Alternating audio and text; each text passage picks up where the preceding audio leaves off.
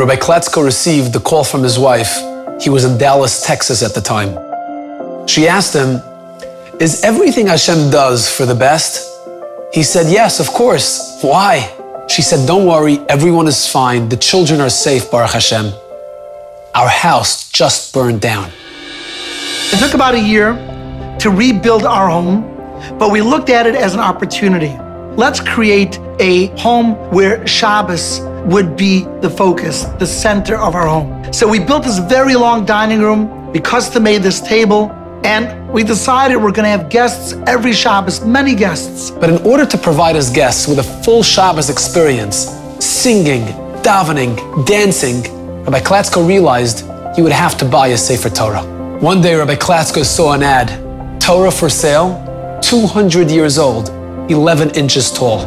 It turned out that the owner lived in Philadelphia, 2.5-hour drive from Monsey where the Kletzkos lived, and he offered to drive over with the Torah so Rabbi Kletzko could take a look at it. The following Sunday, this elderly gentleman pulls up to my home, no yarmulke, holding a blanket. We unroll the blanket, and there is a miniature antique Torah. He was so excited, he couldn't contain himself. He said, "Where did you get this Torah from?"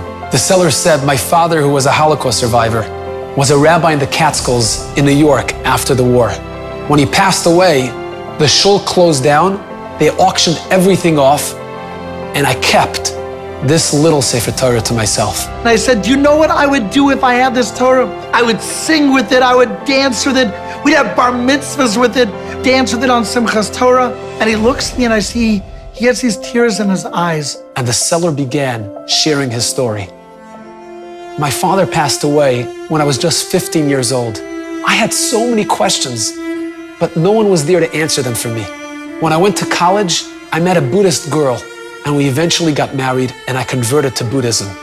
This Sefer Torah has been lying in my closet for the past 50 years. Suddenly he looks at me and he says, "You know what I just realized? This is your Torah." I said, "Pardon me?" He said, "This is yours. I want you to have it." I said, "For free?" He said, "Yes, it's yours. I'm giving it to you. Do great things with it." Now that Rabbi Kletzko had a Sefer Torah, it was time to find an Aron Kodesh. One day, he came across an ad, "For sale, Jewish Christian piece of furniture." I look at the picture, and there is what looks to me like an ark. It's got pillars that are carved. It has these little doors. The only thing that made no sense was at the very top of this piece of furniture was a big cross. He contacted the seller and he asked him, "Where did you get this piece of furniture from?" The owner told him, "We're an estate liquidator, and when someone dies without relatives, we auction off all of their stuff. This box belonged to a priest in North Carolina." Rabbi Kletzko said, "I'm a rabbi. I think this is a Torah ark. Could you do me a favor? Does the shade of wood of the cross match the shade of wood of the ark?" Sure enough, they were completely different. It turned out that the priest fixed a cross on top of an Aron Kodesh. Rabbi Kletzko offered $1,300, and a few days later, the Aron Kodesh arrived. He took off the cross, and in a moment of truth, he put the Sefer Torah into the Aron Kodesh. It was a perfect fit.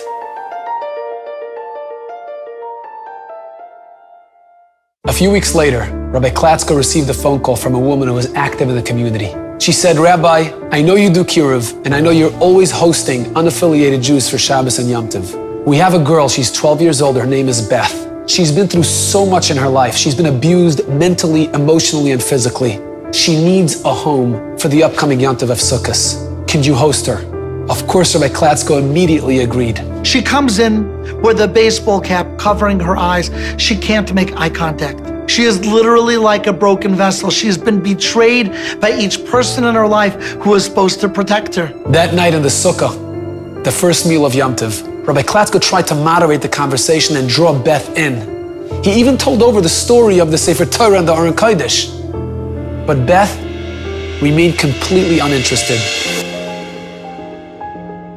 The next morning, everyone noticed a sudden change in behavior in Beth. She was sitting on the floor playing with the children, helping Mrs. Kletzko out in the kitchen, laughing, smiling, enjoying everybody's company. It wasn't until after Yom Tov when they spoke with the community activist that they found out what happened. The lady says, "Apparently, on the first night of Sukkot, you told them a story of a Torah and an ark that you had just acquired. That night, when everyone was asleep, Beth got out of her bed, tiptoed out of her room, went downstairs. She goes over to that ancient ark, takes out that ancient Torah. She presses her cheeks against that Torah, and she begins to weep and cry and pray. Master of the world, you found a home for a little Torah that no one appreciated, no one saw its value. It was stocked away in a Buddhist closet for 50 years.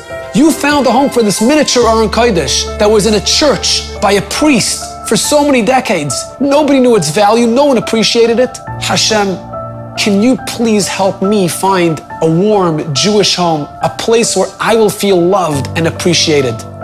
It was that moment that was a turning point for Beth and began her healing process. A few months later, we adopted her, and she's become an inspiration to so many other young ladies who have been through difficult times in their lives.